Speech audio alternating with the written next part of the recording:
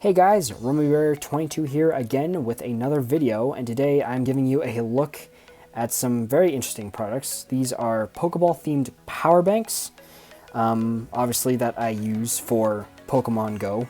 I'm a big fan of the game. I actually went as far as to download a other app account so I could download the game early because Canadians obviously got it a bit later than some other countries. And for the rest of the summer, I've been binge playing it like crazy. Game's pretty good. I do like it. There's a few things they could work out, but my main beef with the game is that it drains your battery really fast. So naturally I had to go out and pick up some power banks. And while I was online, I got a suggestion from various eBay sellers about these. And I picked a seller and I bought Pokeball themed power banks because I'm that much of a nerd. And honestly, these are really, really cool. Like, I really do like the design of these ones. So, really creative idea. Really great way to market on the fad that had blown up for the last 2 months, and now it's kind of died significantly down. So, yeah. This one right here on the right I've actually had for a bit longer. As you can see, it's a bit bigger than the one on the left. It's also a lot lighter, which I can't really demonstrate, but as you can see here, it's clearly modeled after, I believe, the Phoenix Orb products, which is a website that sells authentic Pokeball replicas. So I wouldn't be surprised if this is where they swipe the design, because it has these little like crevices here in the ball. But these actually serve a purpose, which I'll get into in a second. Now, on the very front where the button's supposed to be is where the ports are. So you got the USB port and you got the port to charge the ball itself. On the back here, you have its amp. So it's 10,000. So that's pretty good. Lasts for, 3 or 4 hours. So I'm really impressed with that. So basically how this ball works is you press the button once and it powers on so you can charge your phone. Press it twice and you get a flashlight feature, which is pretty cool. Notably, it only illuminates, it illuminates mostly on the front. The back is a bit darker. But these little like crevices here act as windows, so it allows more light to bleed through and give you more of a flashlight effect, which is pretty cool. I really do like that. You can kind of play in the dark, sort of. It's not that bright, but it does give you a bit of illumination. So that's pretty cool. Now, there are these 4 little holes here. If you actually look here on the box, it gives you a bit more instructions. It's in broken English, so obviously it'd be easier for me to just tell you, but essentially 4 lights means that it's full power. So right now it's at 3 because I've been using it, but when it has 4 lights illuminated, then it's fully charged. So that's pretty cool. Pretty helpful, I guess.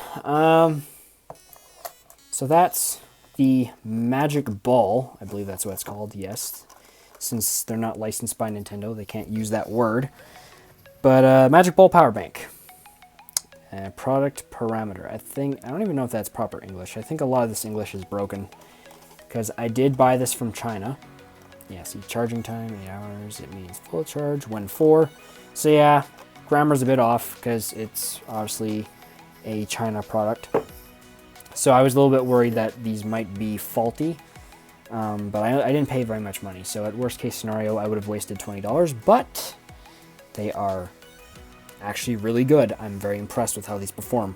It's probably the best, most, I guess, decent product I got from China that didn't end up breaking on me at some point. So the Magic Powerball, pretty good. Lasts for a good few hours. Very basic stuff. The next ball here on the left is, I don't even know if it has a name. I think it actually says here on the bottom of its box here. Yeah, it's just called Power Bank. Specifications stuff, the English is a bit better. I think that's the company there at the bottom who makes it. I'm not entirely sure. But yeah. So this ball obviously looks a bit cooler than this one, I guess. Well, to me it does. You can judge yourself, but I mean, this looks more like a Pokeball, obviously. It actually has the big white button here, which serves as the activation switch. So if you press it once, again, just like the previous ball, it has a 4 light meter, which determines how much power it has left. And once again, it only has 3 lights because I've been using it. It will have 4 activated when it's fully charged, as it shows more here on the box. Now, this one is a bit better for a few reasons. One, because it's, where does it say it? Yeah, right there. It's 12,000 amps. This one is 10, so this one obviously lasts longer. It came with a extra attachment piece here, so you can clip it onto larger belts and stuff, so that's good. And it also comes with 2 charging ports, USB charging ports, so you can charge 2 phones at once. And the middle port there is for charging the ball, so you can plug in more phones and it lasts longer, which would make sense. So if you push the button once, you can activate the charging feature, so you can charge your phone. Press it twice, and you get a poor, pitiful excuse of a flashlight. It probably, I don't even know, it depends on your computer, but you can barely see it on camera, but it is illuminated a bit. You can only really see it in absolute darkness, just barely. It kind of has a purple glow. But yes, if I'm going to give credit to this one, it has a better flashlight than this one. It's a lot darker.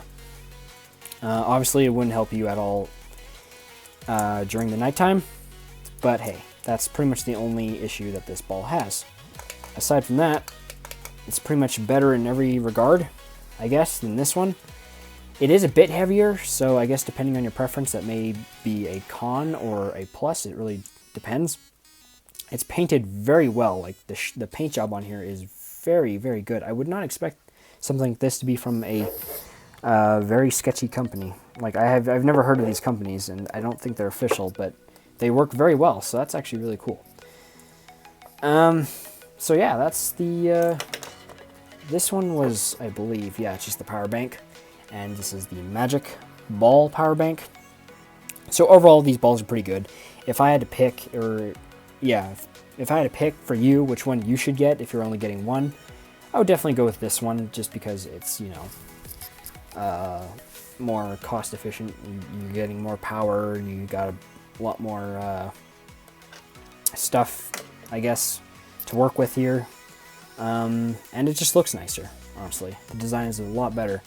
The plastic, like this one feels more plasticky, well this one feels actually like a legit Pokeball. It's kind of like, I don't know if this is, I think it might be metal, I don't think it's metal, but it's a very, very thick, heavy plastic or something like that. But overall, this one's, I think, worth your money more than this one, in my opinion. It's totally up to you.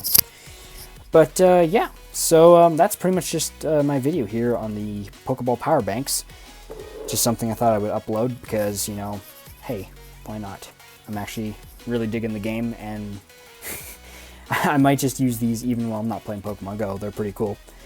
But yeah, so once again, this has been a Rummy Bear 22 review. If you enjoyed, please comment, like, and subscribe, and I shall see you in the next video. Goodbye.